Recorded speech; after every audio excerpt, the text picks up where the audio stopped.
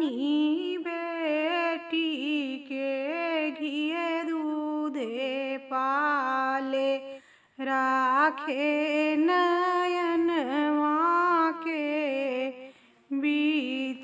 जेहि दिन मोरी धिया होई है पराई, केहि विधि राखब प्राण।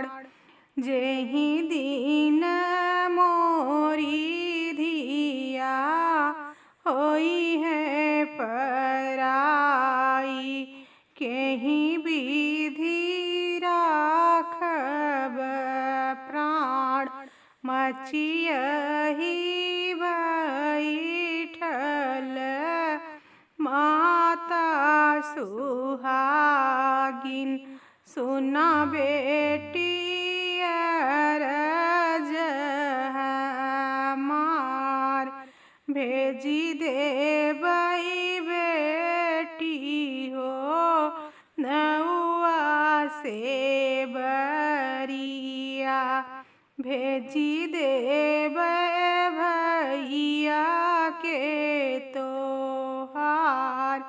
राम रसोइया बैठी भाभी सुहागिन, सुना ननदी अरज हमार।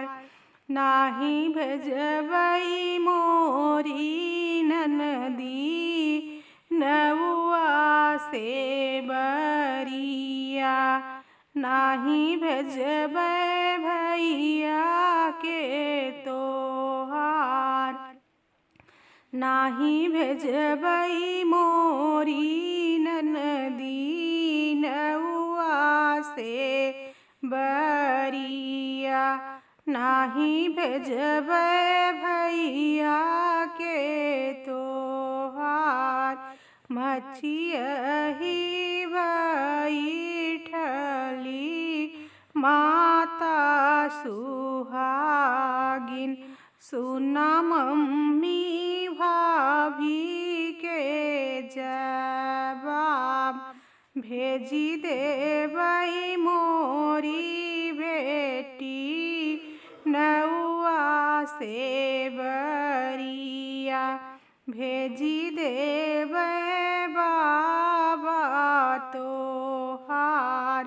ऐसन भाभी के सुधि जीनी कीहू, भैया के दीहू बिसराय। ऐसन भाभी के सुधि जीनी कीहू, भैया के दीहू बिसराय।